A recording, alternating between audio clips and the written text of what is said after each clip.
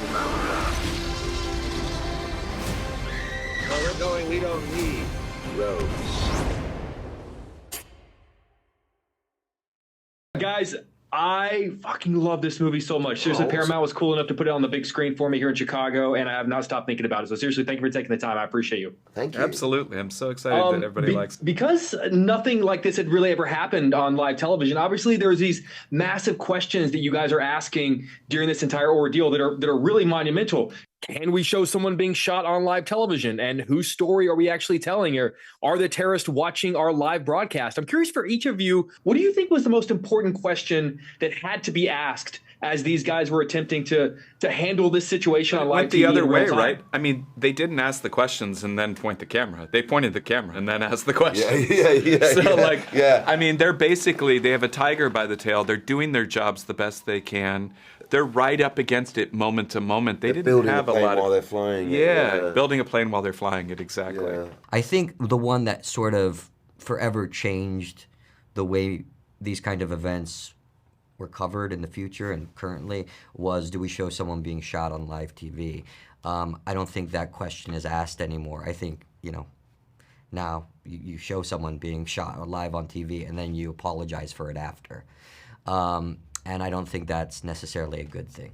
For me, when reading the script, what stuck out to me the most was the question of how do we change an event unfolding by reporting on it. I think that's the big one for me, and also the one of what does it do to us? Like, how is it helpful for us to watch violence? How does it add to a deep understanding of a situation? I think these are the two big ones for me. The footage that came out of these reports all these years later is still some of the most shocking and memorable images that have ever been broadcast on live TV. I'm curious, as actors, as you're getting ready to film this movie, what is your relationship with the footage? Since your characters are seeing all this for the first time, is there a danger in being too familiar with it, or do you need to study all of the newsreels before you ever hear action for the first time? We didn't have access to them. We didn't even know that we were going to be able to use them until 2 weeks before we started filming. Yeah, we didn't know what we were going to get. We didn't know that we were going to have actual screens that were going to be showing it.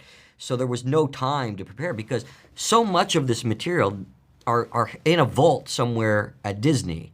ABC has the rights to them, and they're there. You can't go into a library and watch the 22 hours of coverage. So we didn't have that opportunity. It wasn't until the 11th hour, 2 weeks before, because of Jeffrey Mason, because of Sean McManus, who is Jim McKay's son and very active in sports journalism, that we got those tapes. And I thought it was actually kind of great that I didn't have a lot of time to sit with them, because it became very immediate for me when I was watching it and calling it and having Jim McKay as a scene partner and really just getting to live in that moment, in that piece of history. I had seen the documentary A Day in September, but I'll tell you the thing that I did that I really found the most helpful. People talk about like research and stuff with the role. I took one of those Lime scooters and I went out to the Olympic Village when those buildings are all still there. Yeah. And I just went and stood there like at night and just got into the feeling that this actually happened. Like we're telling a story about it sounds very simple, but it's like I tried to fill myself with that idea. Because the past, it's in the air. the past always seems like a fiction to people. It's like very hard to. It's one real problem that we have as a society, right? The past just empathy. It's empathy, effectively, isn't it? It's yeah, empathy over time. Yeah, and so you go like, on this ground, these people, this happened. So the other thing, I did the same thing.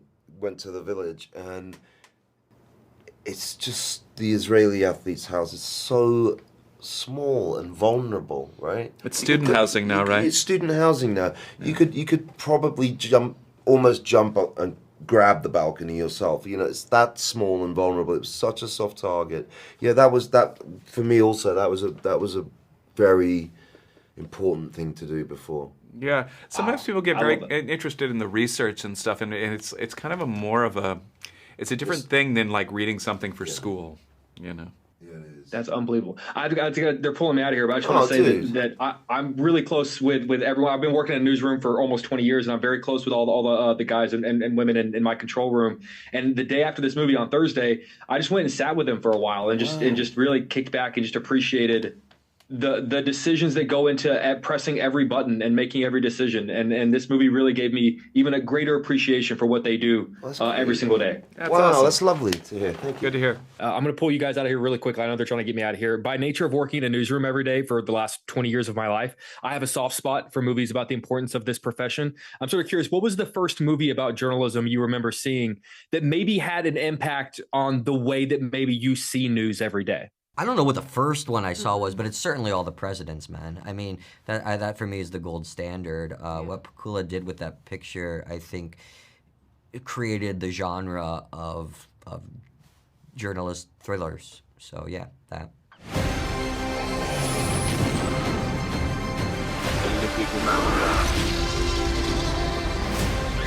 Where we're going, we don't need roads.